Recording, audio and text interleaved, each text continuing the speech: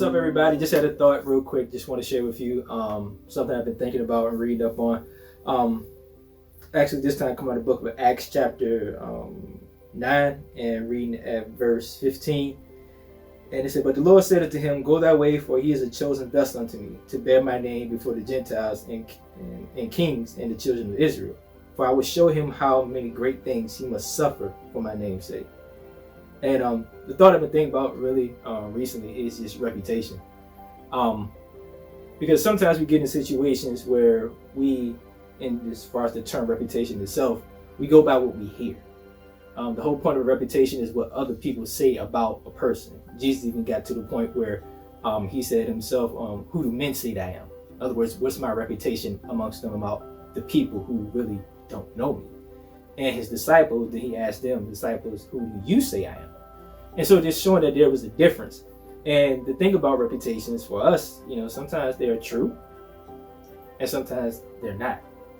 And the thing about it is, when we make those decisions on a person based on their reputation, it's kind of hard if we don't take the time to get to know them where they currently are.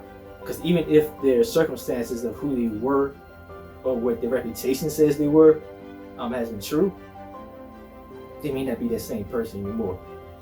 And the reason I bring that up is because in this part of the Bible, Ananias is talking, basically God is talking to Ananias about Paul. Paul, who wrote, 13 books in the Bible. Paul, who was just known, who was persecuted, and all the things he went through, as it says here, for Christ's sake, for the name of Christ. Before then, if you read back a couple verses, in verse 13 actually, Ananias says this to the Lord. He said, Then Ananias answered, "Lord, I have heard by many of this man, how much evil he have done to thy saints at Jerusalem. And here he hath authority from the chief priest to bind all that call on thy name." God told him a couple of verses we see when we first read that. He said, "Hey, go ahead, go on your way. Everything's cool." But Ananias had some reservations when God first came to him. He's like, "I know this dude. I know his reputation. It's not good for me to be around him. It's not good for my health and well-being. I don't have anything to do to be associated with him." But God gave Ananias assurance with that first verse. He said, "But the Lord said unto him, Go thy way, for he is a chosen vessel unto me." The man who was locking people up, considered a murderer, and did all these things, he said, "Go thy way. He is a chosen vessel unto me."